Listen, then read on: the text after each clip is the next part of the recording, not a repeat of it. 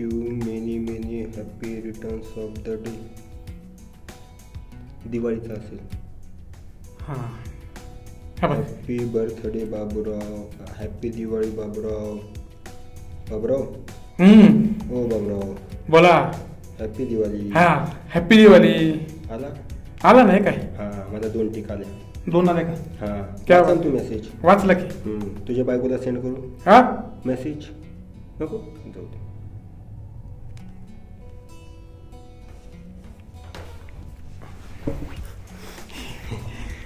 बाबूराव. अरे लोक येऊन आपली वाट बघताना आपण व्हॉट्सअपवरच. हा ना राव. नाही पण त्याला ते तरी काय करणार. हल्ली तसं झालं ना सगळीकडं.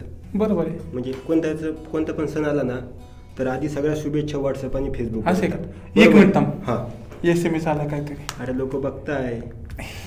आपण तेच सांगायला लोकांना इथं आलेलं आहे तू लगेच मोबाईल वगैरे काढतोय. कसं आहे बाबूराव हल्ली ना सगळं व्हॉट्सअपवर चाललंय बघा. म्हणजे हॅपी बर्थडे असू द्या व्हॉट्सअपवर आला. कोणाचं निधन झालं व्हॉट्सअपवरती असू द्या. कोणाचं आंदोलन झालं व्हॉट्सअपवर असू द्या. काही एकदम गंभीर प्रकरण घडलं व्हॉट्सअपवर असू द्या. मी काय म्हणतो हे अति होत नाही का हो बाबूराव? अति होत आहे. हां आता दिवाळीच्या शुभेच्छा पण बघा व्हॉट्सअपवरची येत आहे. आता मला चांगले फराळाचे फोटो पाठवताय, लाडू पाठवताय, मिठाया पाठवताय, पण बोलवत कोणीच नाही. फक्त फोटो पाठवून खुश करतात. बरोबर आहे. आता कोण बोलवणार आहे आपल्याला? पण पूर्वी असं व्हायचं का हो बाबूराव? नाही ना राव. अरे पूर्वी किती मजा असायची. किती मजा असायची. सगळ्या सणाला कसे सगळेजण एकत्र असायचे. तुझी बायको माझ्या घरी. हा शुभेच्छा द्यायला दिवाळीच्या. माझी बायको तुझ्या घरी शुभेच्छा द्यायला दिवाळीच्या. आता बाबूराव आता मला सांगा पूर्वी नाही का माणसं एकमेकांना भेटायचे, दिवाळीच्या शुभेच्छा द्यायचे, रंगपंचमीच्या शुभेच्छा द्यायचे, 13व्याचं जेवण करायला जायचे. पूर्वी व्हायचं ना असं? व्हायचं का नाही? आता तसं होतं का? नाही ना.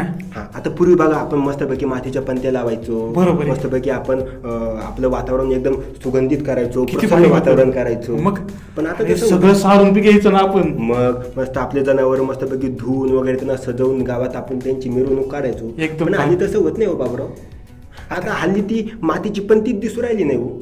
सगळीकडं काय ते लायटिंगी दिसतात, त्या दिव्याच्या लायटिंगी दिसतात. मी असं चुकून म्हणलं फटाके फोडत होतो, म्हणलं चुकून अशी सुरसुरी धरली त्याच्यावर, ती सुरसुरी जळालीच नाही.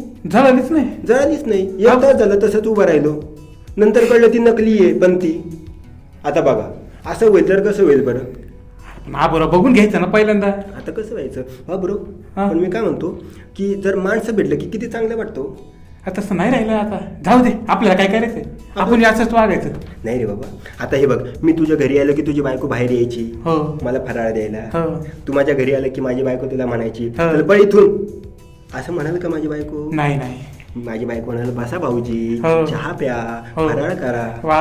पण मी काय म्हणतो बाबरो तू ह्या दिवाळीला संकल्प काय केला? ह्या दिवाळीला ना मी संकल्प असा केलाय पाय.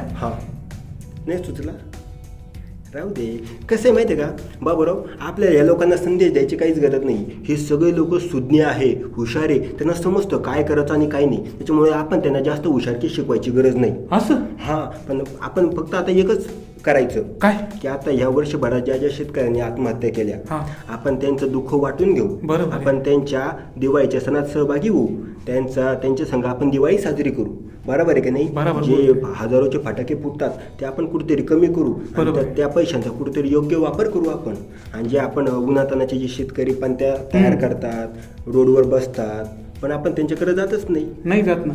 2 रुपयाची पंती आपण 30 पंती मॉलमध्ये 100 रुपयाला घेतो. बरोबर आहे. पण ती तीच पण घेतो कुठं? माझ्या बायकोने मला घेऊन गेली ना कुठं? मॉलमध्ये. 800 रुपयाची एक पंती घेतली. आणि रोडवरतीच पण ते आपण 10 रुपयाचे असले तर आपण त्याला बार्गेनिंग करतो. 8 रुपयाला द्या 6 रुपयाला द्या. तर मी काय म्हणतो आपण ह्या वर्षी बळीराजाचं दुःख वाटून घेऊ. आपण त्यांच्या आनंदात सहभागी होऊ.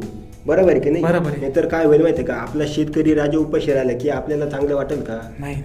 तर मग आपण त्यांना दिवाळीच्या शुभेच्छा देऊ. आपण त्यांच्या घरी जाऊ आणि ह्या आनंदाची दिवाळी साजरी करू. सर्वांना दिवाळीच्या शुभेच्छा देऊ. शुभ दीपावली.